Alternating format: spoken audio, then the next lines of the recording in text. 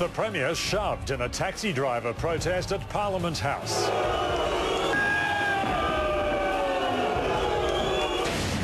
And the passenger jet stumps that got an airline pilot sacked. You're watching 7 News. Alan Carpenter has been shoved during a protest at Parliament House. It happened just after the Premier delivered a blunt message to hundreds of taxi drivers. Grant Taylor reports. Face to face with the Premier, then this.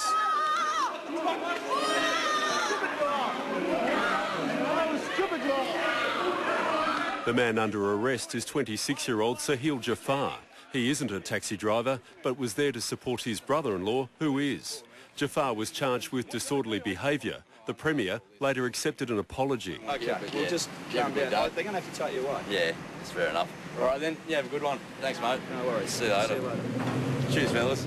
Anger built up when 500 striking cabbies, around a third of Perth's fleet, descended on Parliament this morning. But there was no sympathy from the Premier.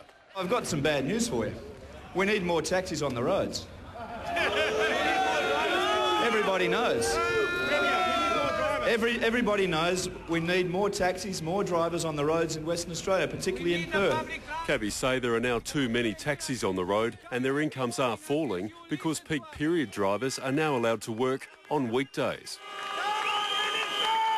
Everything's going up but our income. Too many taxis on the road already. Today's strike action began with a mass meeting at the international airport.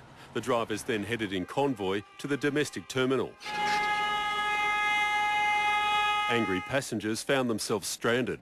It's now 9:30 in the morning here at the domestic airport and there are no cabs waiting on the rank.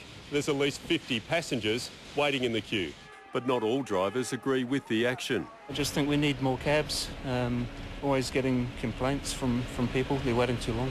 The strike is expected to run until Friday. Grant Taylor, 7 News. The mother of a Perth police... Opposition's proposed law would break down. I wasn't injured or harmed, and I think it would have been unfortunate if that sort of incident immediately converted itself into a prison